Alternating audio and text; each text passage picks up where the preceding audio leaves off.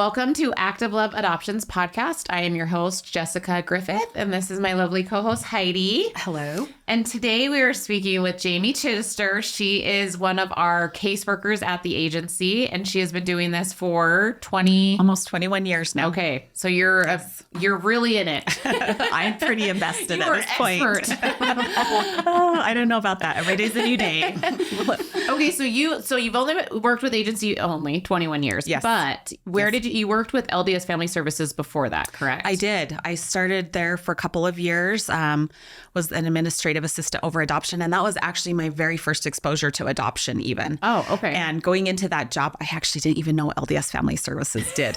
And so got into it and I absolutely loved it and worked there for a few years until it was time to stay home with my kids for a little while. Yeah, I know. Kids require a lot of work. Yes, they do. Yes, they do. So then how did you get back into it once you left LDS Family Services? Take us on that journey. Yeah. Very, very interesting. I just happened to open the newspaper one Saturday and to the want ads. I don't know why. And I saw this little teeny ad that said adoption, answer our phone lines from home. And I called and it was Active Love. And Active Love never advertises in the newspaper. And how I saw that ad, I don't know. Anyway, I had adoption experience. So they ended up hiring me, needing me a little bit more than just answering phone lines. They needed another caseworker.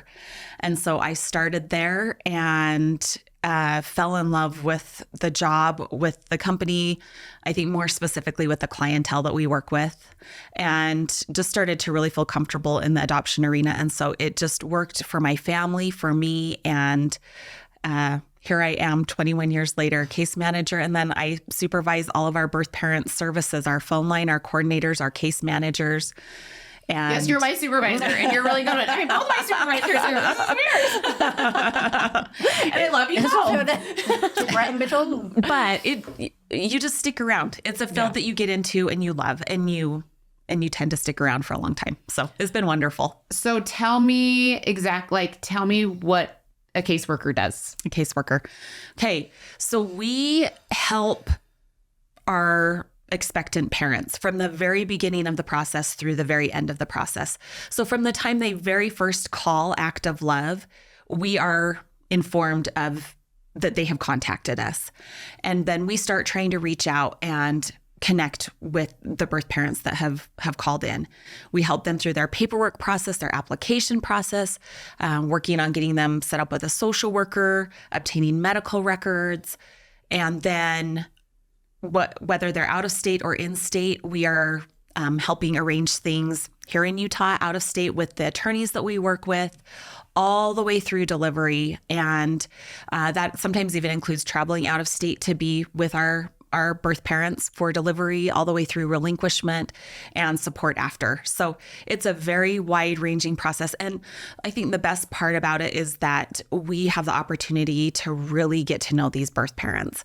We get to spend the time with them to hear their backgrounds and their situations. So we get to spend a lot of great time with these wonderful, wonderful birth parents. So how did you get in, like when you went to LDS Family Services, you were an administrative assistant. Yeah. What kind of drew you there? Because, I didn't know what LDS Family Services did, honestly, other than the food storage. Or not food storage, but like the Bishop Storehouse. I'm like, that's what they do. Yeah. And I heard they done counseling, but I guess, it sounds like you kind of just fell into this line of work. I really did. And I was drawn there because I was looking for a job closer to home, a little bit better pay, something that worked for my family's schedule. Our oldest was just very, very young at the time. So I was looking for something that accommodated that schedule. So I really did just fall into it. And then when I started working and found out my responsibilities would be with adoption in helping to pull profiles for the social workers in the office and in helping get out correspondence and setting up appointments for birth parents, it became pretty exciting. Back then, LDS Family Services did things differently. Adoption has come a long, long way, not just LDS Family Services, but I got to be there some really late nights if there had been a birth parent I had connected with. And there were a couple of times that they asked me to be the one to hand the baby to the adoptive family. And so I got to be there for some really special things like that, just because you connect with people. This is such a personal thing that we're doing. I actually really want to know if you were the one who handed my baby over to his adoptive parents.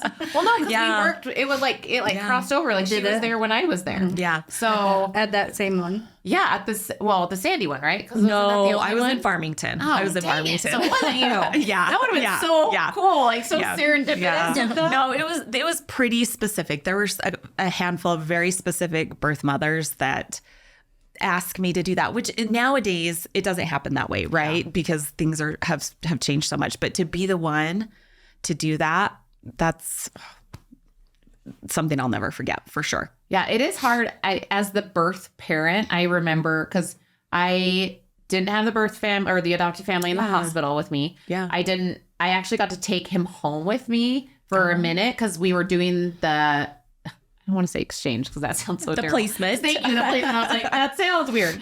The placement at the agency. And so I had to run home to where I was staying to, I think, grab different clothes or something. So I brought him with me in the car seat and stuff. And I went back and I just remember when they took him from me, I was like, wait, don't take him away. That's such a hard moment. And to be the one to be asked to do that is heartbreaking, but so special at the same time to be the one to bridge that between the birth parents and that adoptive family. Did you ever, beautiful. I mean, obviously these birth mothers were like, we want Jamie in here with us. We want her to be the one. Do you think it's just because you guys had such a connection? Maybe it just made it easier on them thinking, okay, this is like a family member to me. This is somebody that really gets me and my story and I need her to do this for me. I think so. I think I was probably a neutral party, not a family member, but someone that they had connected with through this special journey in a different way, maybe even than their social worker too. I was not their social worker.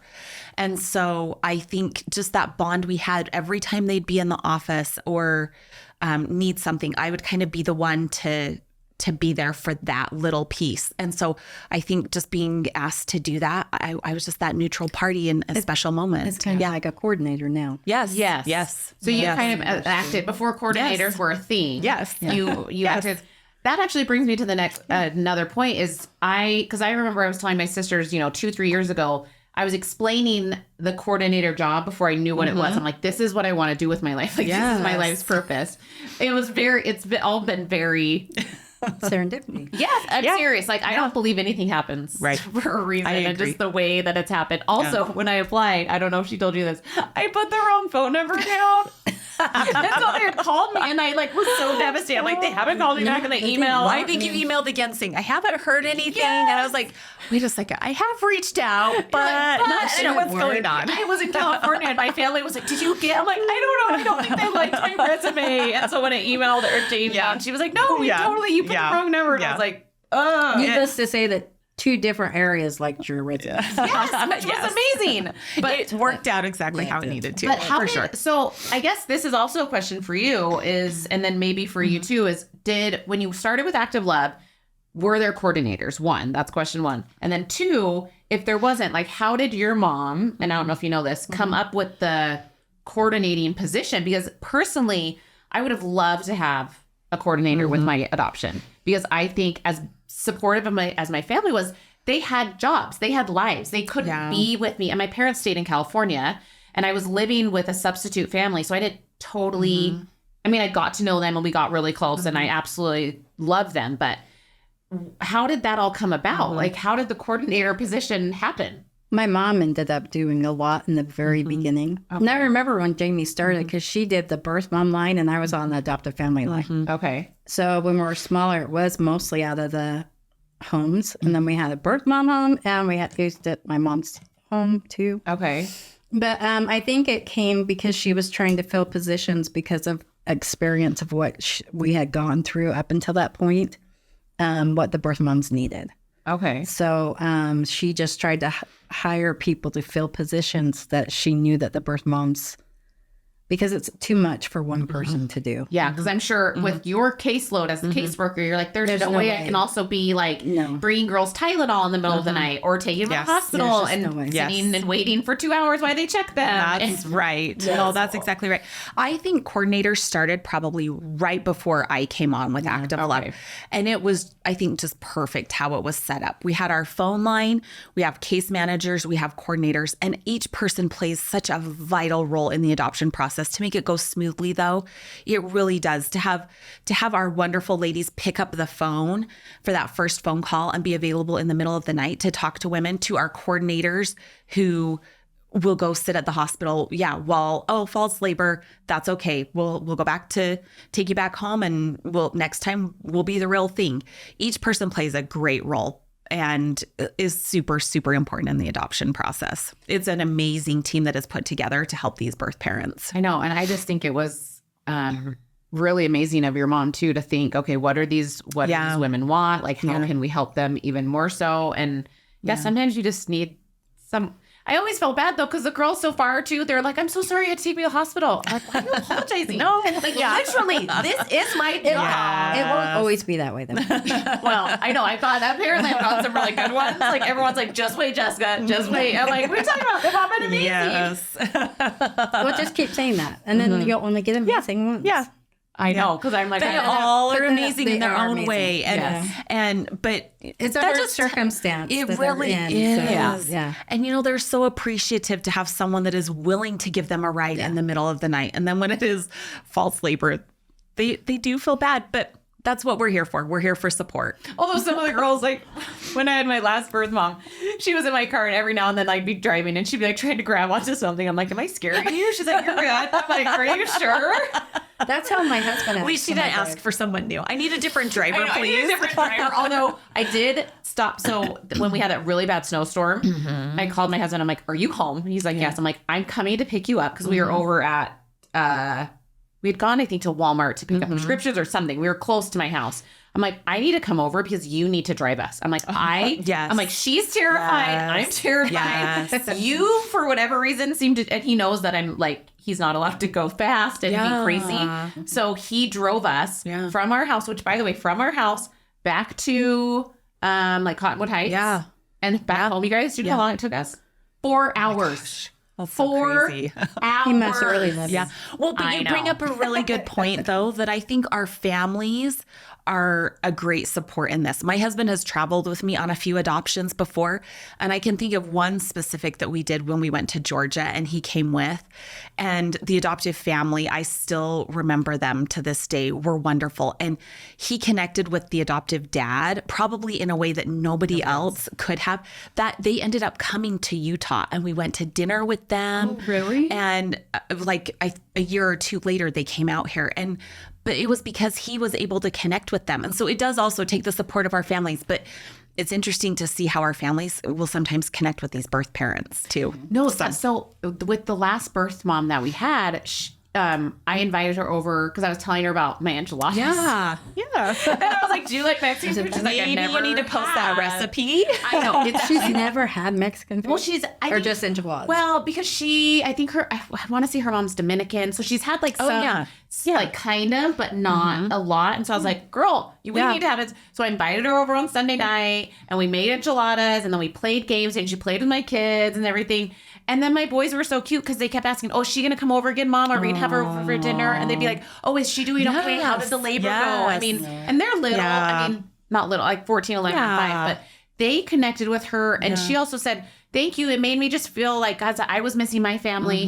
So it just made me feel better. And I personally love including my family in it, because I'm like, look, life is really hard. And these girls are going through a lot. And like, let's like love everybody and include them in all the things, because they might not have a support system, and like hopefully they can. But I do love that my boys are. My husband is very supportive. He's like, do I need to come to? Like, do I need to take you to the hospital? Like, I can drop you off. He's free. Like, do you need your charger? Do you need food? Yeah. What can I help you with? What can I help you with? I'll bring it over. And I used to shield my family from a lot, but I wanted them to see how amazing this process is. And I think all of them have a really special place in their heart for adoption because of what they've seen. There obviously is confidentiality. Yes, of course.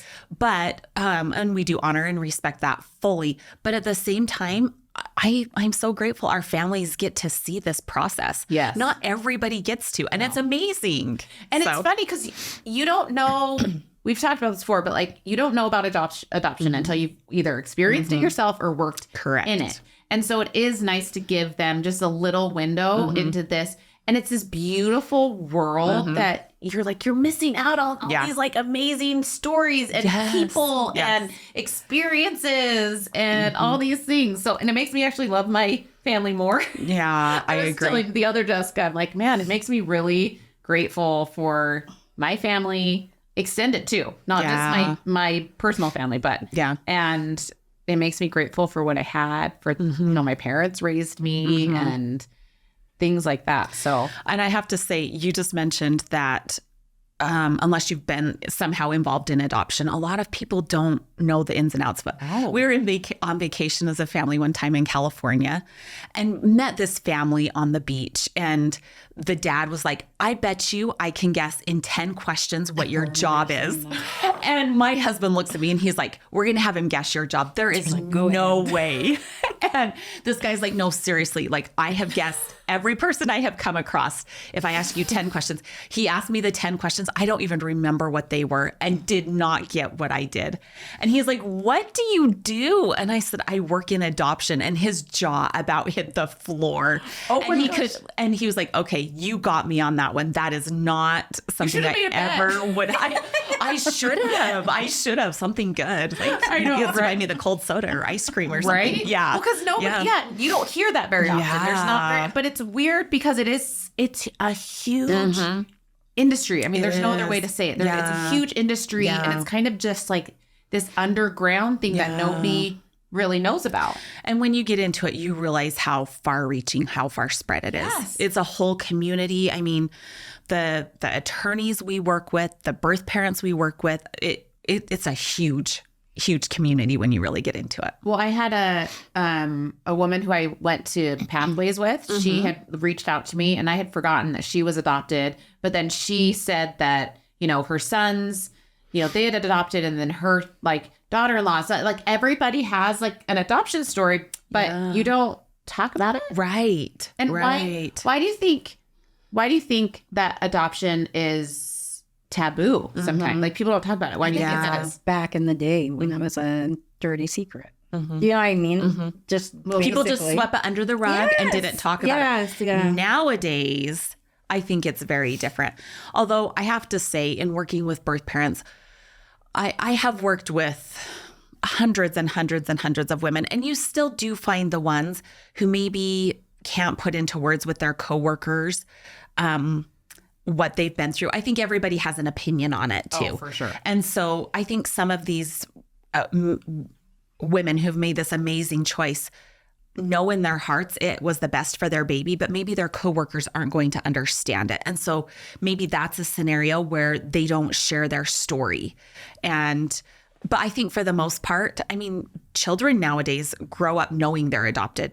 Yeah. Heidi, like you said, back in the day, maybe that was like covered up and not shared, but adoption has just come a long way. But even in my time in the adoption field, I can't believe how far it has come. Even in the last 5, 6, 8 years, it's just changed a lot. I mean, and social media and internet obviously adds to that too. But What are some of the biggest changes that you feel like have happened in the last like 5 to 10 years? Can you think of some? I would say internet and social media. But it's been really neat to see because that also opens relationships between birth parents and adoptive families. And in a healthy way. When everybody has wonderful, healthy boundaries, that is fantastic. Those relationships continue to grow organically. So if down the road, this child has questions or has a health issue come up, the birth parents and adoptive family are already in contact with each other, that information can be exchanged or blood work can be exchanged or different things like that. So I would say just the level of commitment to adoption on both the end of adoptive families and birth parents and growing their relationships has just changed dramatically just because internet. Do you think social media has made it less scary for adoptive families because it's it's not a face-to-face and you're not trying to coordinate and, you can't know where I live. You can't know, because I know that with mine, it's like it was semi-open. So it's like you can know first names, you can know maybe like, they live in the state of, but like nothing else. Right. Where now, obviously, you don't have quite that. Yeah. We still have that range. Well, yeah, and we do. And those relationships, as the trust is built, some of those things, lines will go some away, of those things do build. But I do think social media has mostly been good because it does open some of those things, maybe where pictures can be shared even on a private page. Yeah. Things like that. I do think social media can be good and bad in adoption too, just like anything. Yeah. You never want to get in a situation where anybody is taking advantage of financially of another person or things like that. So I do think that's where it's a fantastic opportunity to have an agency involved to be kind of a buffer to help mediate between the two as that relationship of trust is being built. Yeah. How long does it, I guess I should say average. Do you feel like it takes for a birth parent and adoptive parent to be to a place where they feel comfortable enough that maybe they don't need to include the agency any longer? Yeah, that's a good question. We definitely highly encourage that the agency is involved through placement. And then from there, those are good waters to be tested. As you know, a birth mother goes through a time of grieving, and adoptive families have to kind of really respect those boundaries. And then at the same time, birth parents may reach out and say, hey, we're ready for a little bit more contact. So I don't know that there's like a set time frame. And I think it also depends on the family and the birth mother. Yeah. And kind of like in any relationship, what you put into it is what you'll get out of it.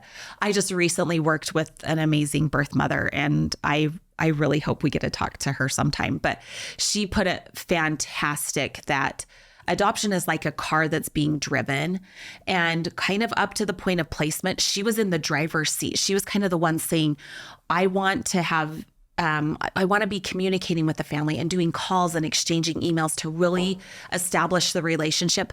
But once the placement happens, I'm going to hop into the back seat and you guys get a drive, because you're the ones that are really looking out for what's in the best interest of our child, my child that I'm placing with you. And so I think that's a great way to put it, is that I do think it needs to be driven and led by the birth parents, because their needs need to be respected and met. And they're doing such an amazing thing that families hopefully are just willing and open and ready to help them in any way through this process. And then in return, those birth parents respect those boundaries and understand that all these decisions in adoption are in the best interest of the child. And so I think it's just a very mutual thing. So I don't know that there's a set time frame. I don't know that there's an answer, but we've seen a lot of really, really wonderful situations. So it's been amazing. And your relationship is ever changing. Yeah. Right? Yeah. Obviously I met him when he was 15. So but it was weird for me too, because I didn't necessarily, I loved seeing the updates. Yeah. But also kind of like that birth mom, I was just along for the ride. Yeah. And so whatever they felt most comfortable with was what I still had my life to live. I still had to figure out what I want to do with my future. Does that mean college? Does that mean that beauty school? Does that mean whatever? And so I wasn't, and kids when they're 18, 19, 20, 21, you're super selfish. That's just what it is. So I wasn't really thinking, what is he doing? What is he? Until I got to be older and married, I was always thinking of him. Yeah. It wasn't like he wasn't in my mind. Right. But I was definitely more like, what am I going to do? How's my life going to pan out? And then once I got married and then had kids with my husband, then I was like, okay, I want to have more of a relationship with him if he's willing, but also if his parents are willing, because when he was younger, it was, his mom had reached out to me on Facebook, and then when I had responded, then she didn't respond back. So I said, okay, so clearly she's not ready. Yeah. And I respected that, but I know that there are birth parents who don't, because it's kind of like Yeah. when you're in a new relationship, you're like, do I text them? Do I Right. text them? Do I call Right. them? Right. Do I ask them what they're doing? Do I not ask what they're doing? Like, you don't know kind of what to do. And then sometimes Yeah. you do it and you're like, oh no. Yeah.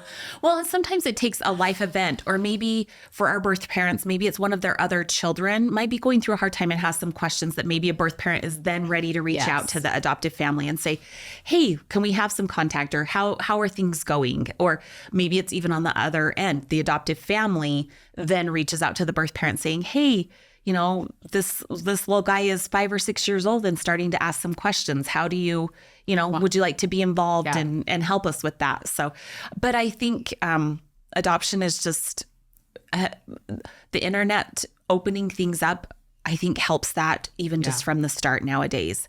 And then when both parties go into it, that everything is in the best interest of the child, that I think is where the respect and the trust just builds, and it just becomes a beautiful family relationship. And you just get more family, right? Yes. Yep. Your family grows. My birth son, he was, I don't even know. Like, he probably didn't think he was struggling, but his mom felt like he was. So she had reached out to me and was like, what do I do? Like, I've been doing this. Like, can you do this? Yeah. And I said, look, I am happy to do whatever you would like me to do to help you out in this situation, because not only do I love and respect you and your husband, but I also love and respect him.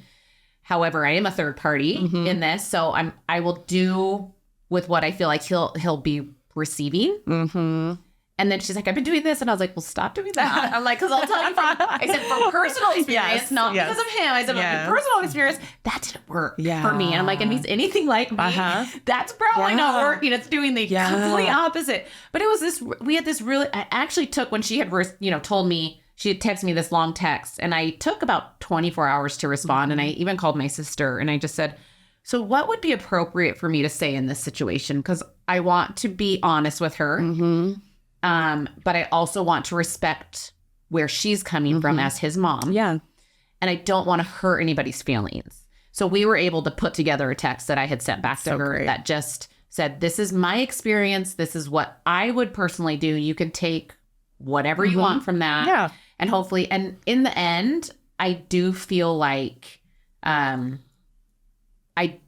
he came out on the other side with a better relationship with his parents. And I don't even think it had anything to do with what I said or did. Yeah. But I think in the long run, it was really nice that we had that opportunity, like, to parent collaboratively. Right. It's kind of like co-parenting, but like on the next level. Right. Because you have 4 parents all trying to co-parent. All What's the best same interest. goal. Yes, the best interest of the child. Absolutely. And that's what makes it so beautiful. Yeah.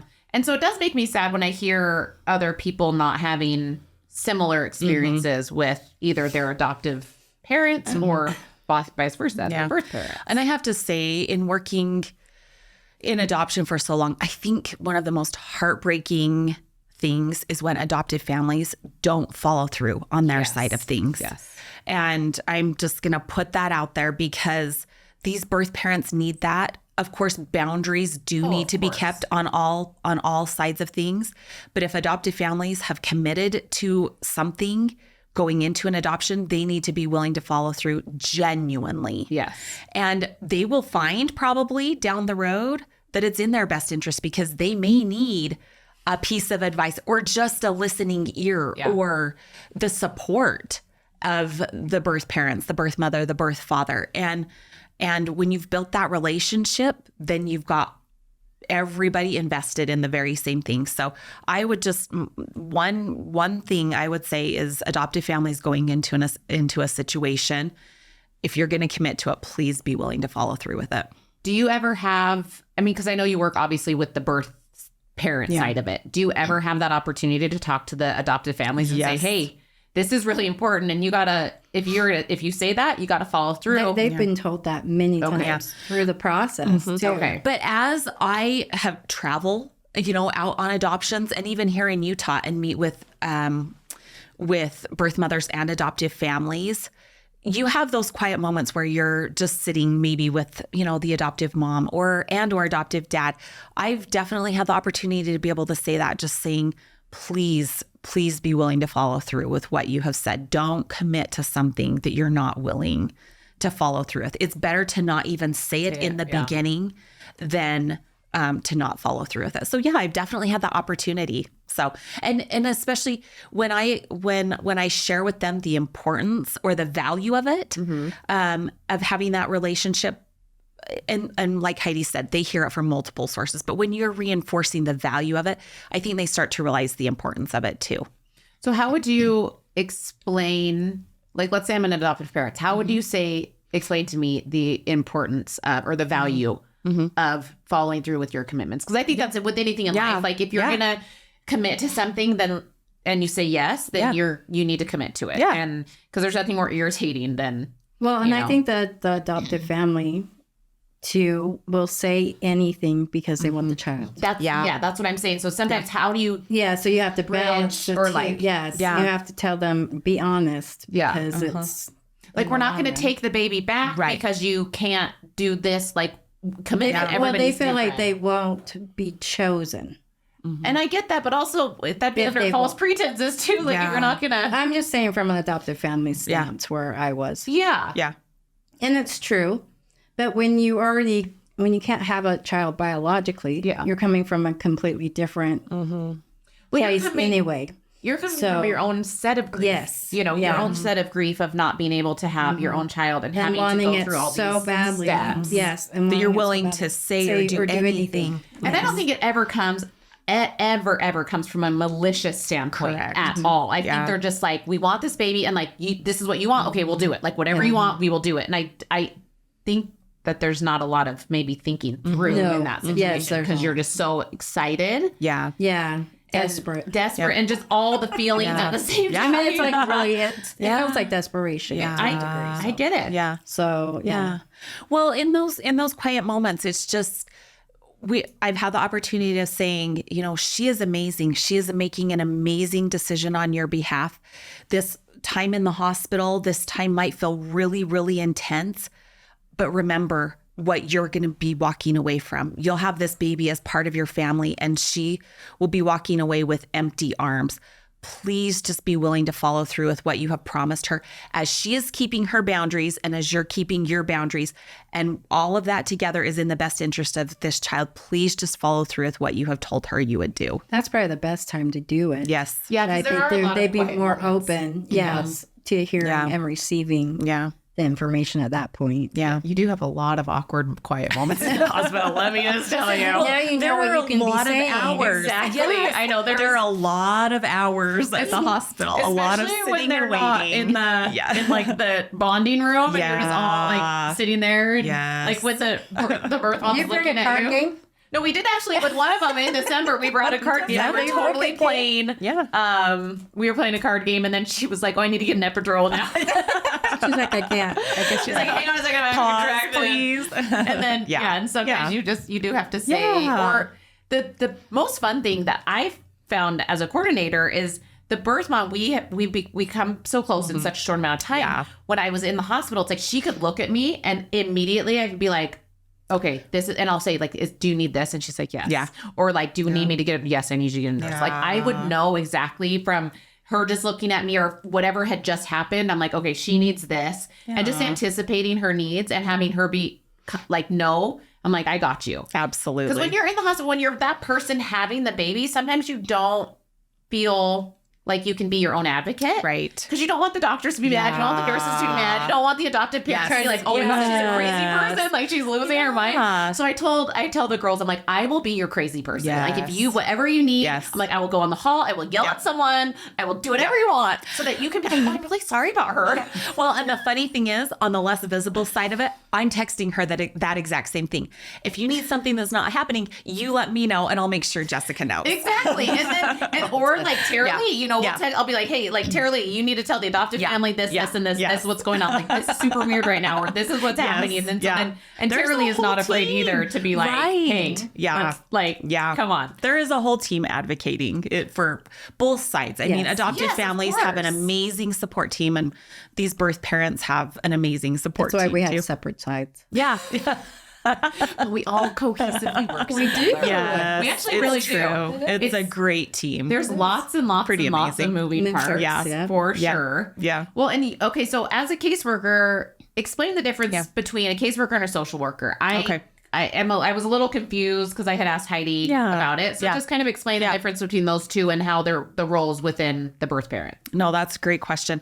So the caseworkers or a case manager manage the entire case. We are the ones that make sure everything is coordinated with attorneys, all the moving parts. And then in turn, we also support the social worker who is supporting the birth mother. And the social worker provides all of the counseling, does the relinquishment, handles a lot of the legal stuff related to, any legalities.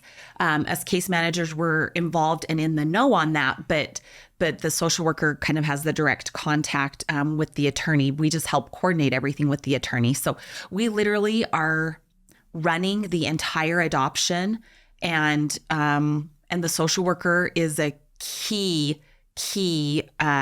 piece of the adoption, but we're there to support the social worker. But the case managers don't provide the counseling. We don't do the relinquishment and the relinquishment paperwork and provide that kind of thing. We provide the support based on our experience. Like, I never offer counseling support if it comes to, needing counseling leading up to or after the adoption.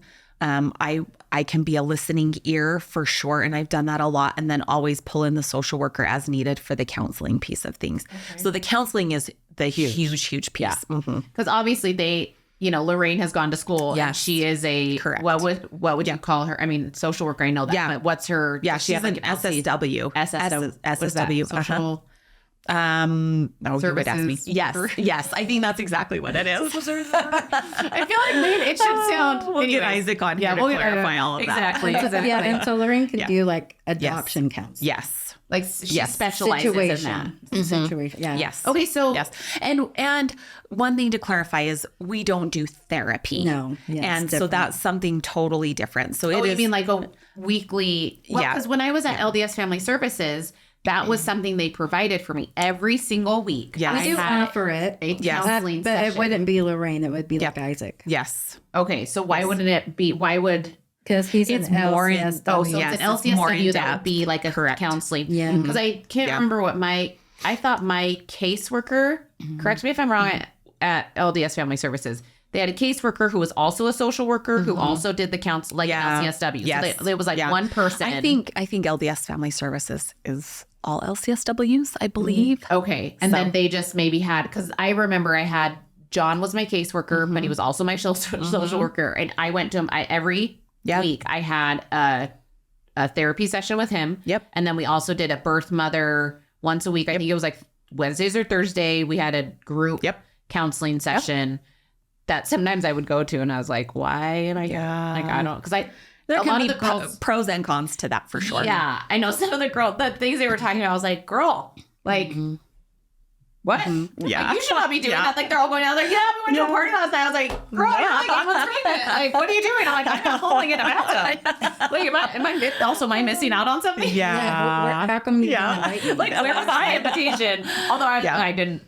Yeah. I wanted to stay in my bubble. Yeah. Well, and I feel like Active Love is really great at personalized services too. Oh, totally. And that way each situation that we work with, it is very individualized service. And, some want more counseling than others. And so we just base that on the needs of each client too. So yeah, it's offered. So it's always there. Yes. Yeah. Even after the adoption too. Birth parents can call us back 3 years from now and say, hey, I need to talk to someone, 8 years. And that's one thing that... And adoptive families. And adoptive families, yeah. And the adopted children. Yes. Isaac has done with all of them. So, we just feel like it's super important to offer those support services after as well. Sometimes you just need... Because when I was talking to my mom, like I was telling you before, and I said, I don't think I had any counseling after. She's like, I don't think you did either. She's like, I think you had like 2 sessions. I was like, what happened? I know. Like, but as a case manager too, I understand the need to kind of taper off. These birth parents, like you said, they move on with their lives. A lot of them have other children or getting back into school or work or things like that. And they do have a need to move forward. And I don't want to be the one to stifle that ever. And so I do back off, but the offer and it's always there that they can always reach out, but it just becomes more client driven at that point. Well, I was more thinking like, why did my mom and I, not the why did we be responsible in getting to, my mom's like, you just go to work. Yeah. Go to work, girl. Put your lipstick on. Yeah. Like, yeah. Well, I think that too, we've helped birth moms find a counselor, right? Yes, we have In done their that before state. too. and I just think, like we've said before, like adoption has changed so much. I mean, even really so, what, has. 21 years ago when I placed, almost 22, actually it'd be 22 years ago, there wasn't, you don't talk about it. Yeah. So it's just kind of like you do go home and you just figure it out and, you know, whether deal that's with it. deal with it or, I deal think with that's it. education. I was going to say that Mindy in one of the podcasts, was a SSW, and she was talking about a birth mom that at the hospital, she didn't get any prenatal care because they would just fill their mind with assumptions of she would get backlash if she told people she was placing her child. Yeah. So that still exists, even It though does. we've gone. Well, after last week's podcast, remember, Yeah. she said that when she delivered in another state, that all the nurses were coming in and were saying things and Why aren't you keeping your why are you baby? keeping your baby and doing all this stuff, which to me, I understand everyone, and adoption, like politics, is a very heated topic. They have a stance. There's a very specific stance. Everybody has an opinion. People aren't fence sitters when it comes to adoption. Right. It's either you're for it or you're against it. There's like no middle ground. Yeah. But I also don't totally understand when people feel the need to interject.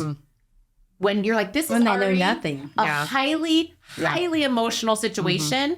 You don't know how I got here. You don't know what I'm going back to. Yep. You don't know any of that. What have you ever had nurses or doctors say that? And when you have, what have you said to them? Like, shut your mouth. It's actually happened quite a few We have had adoptions disrupted by hospital personnel, by nurses, by doctors trying to involve themselves when, like you said, they do not know the background history of these birth parents.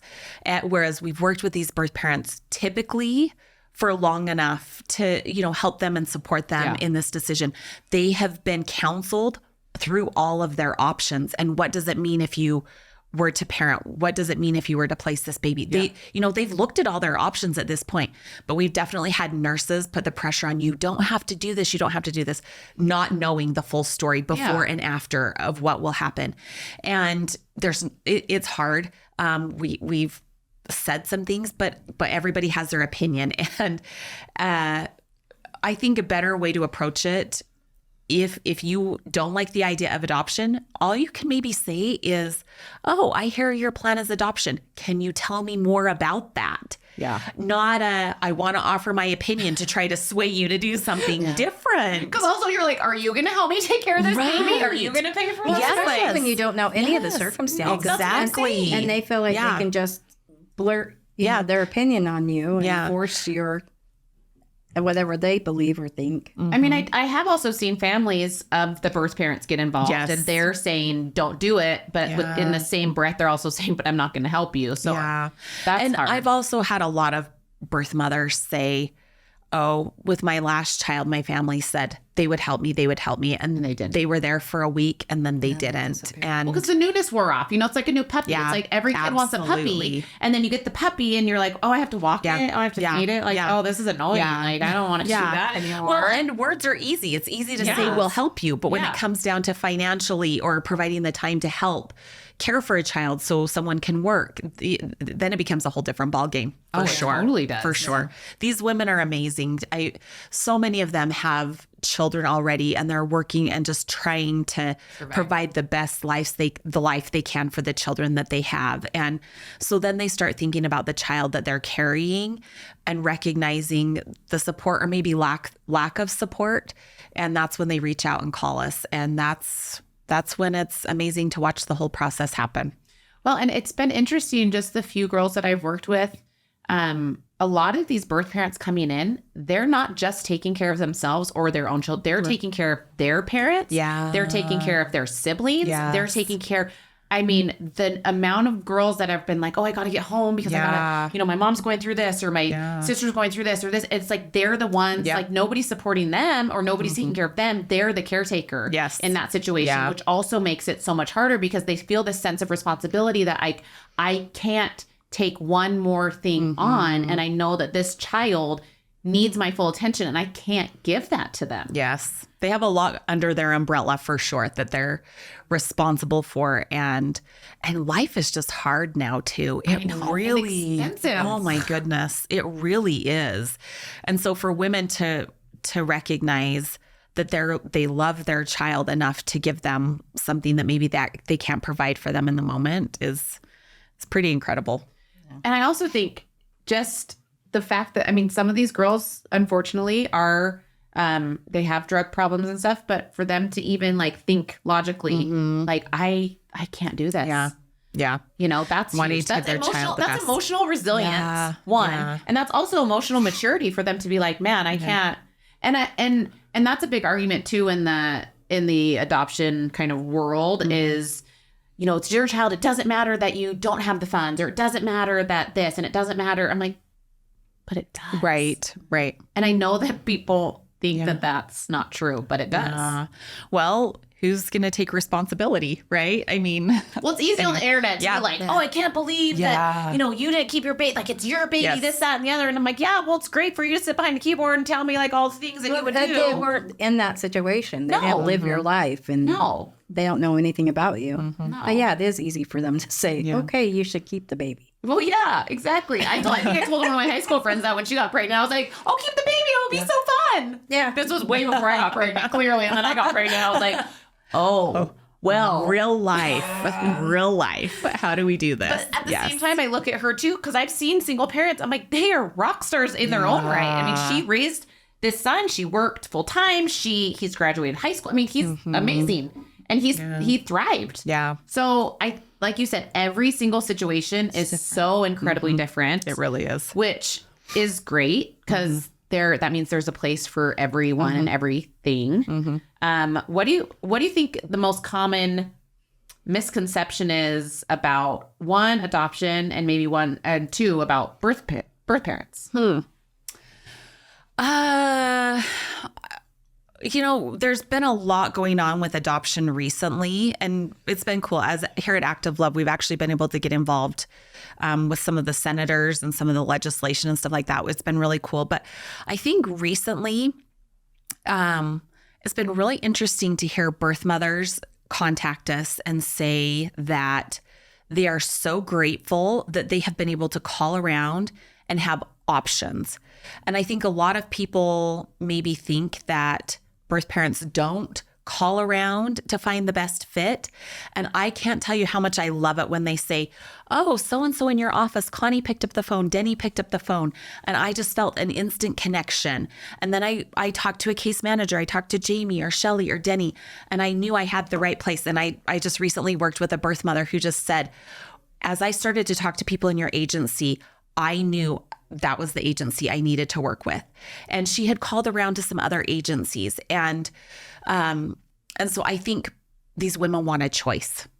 Even within adoption is a choice, but they want choices within adoption. Well, you don't ever want your choice taken away. Exactly. Ever, for anything. Exactly. And so I think for them to be able to have the choice within adoption, working with who they want to find the right family for their child is huge.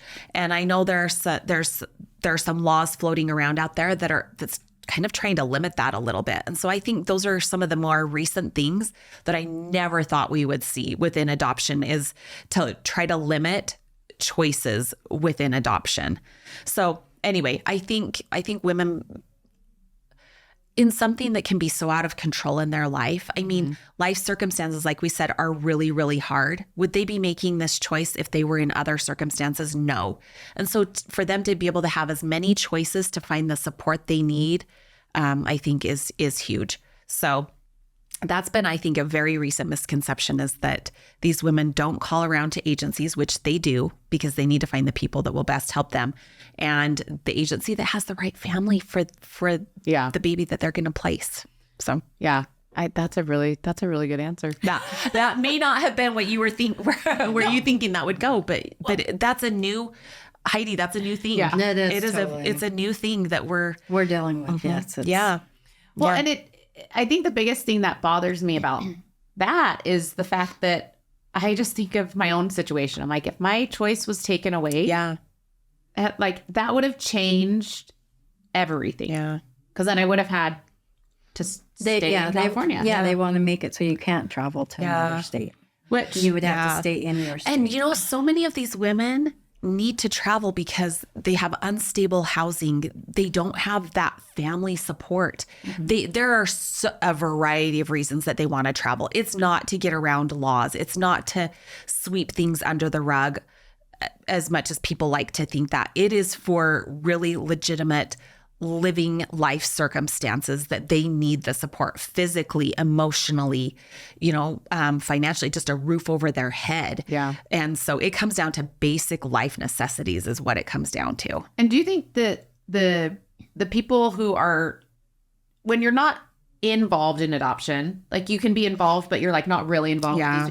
You don't get that. Yeah. You don't get that. I'm like, why did I move out of state? Because my mom's like, I don't want you being around the birth father. Like I clearly, and I agree with her now, not at the time. Yeah. I agree with her that like as an 18, 19-year-old, a girl that just was like, I need like desperation. I was real desperate. Yeah. The desperation of like, I want to see him. I want to like, I need to, if he just saw me pregnant, he would get it. Like if he saw, not that I wanted to be with him as a whole thing. Yeah. But she's like, I knew that. And she's like, yes, you had a roof over your head, food on the table. You had a family support system. She's like, but I didn't want you near him. Mm-hmm.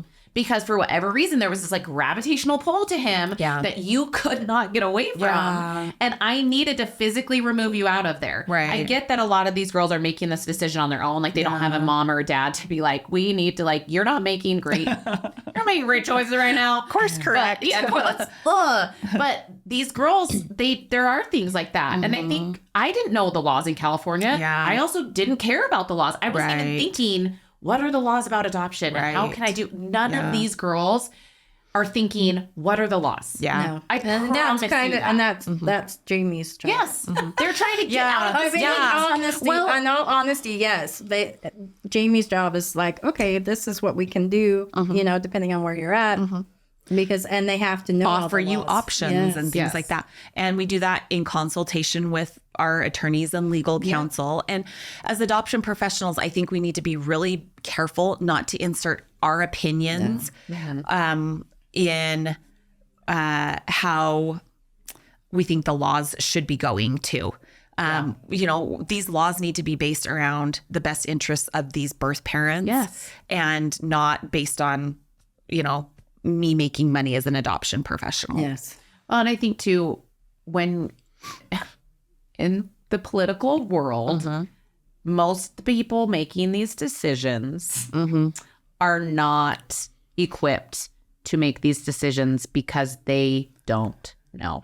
They haven't been in the arena themselves. They haven't been in the thick of it. They're hearing it from outside people. This is the change we need to make. Fortunately, we have had a fantastic state senator here in Utah who has listened and helped us really figure out a few things where some changes need to be made. So, but when people start chirping in the ears, then, then sometimes our lawmakers feel like laws need to be changed and they don't know. They really are not the ones in the thick of it and they don't understand the full picture of things. They really don't. And I think if they did, then I would feel better about those things changing. Because I'm like, if you understand and you really know, then yes, I would love for you to be that advocate and the one that changing the laws. Because I do think there are some laws that probably either could be worded differently or changed, especially with adoption. But unfortunately, sometimes it's a lot harder to do than.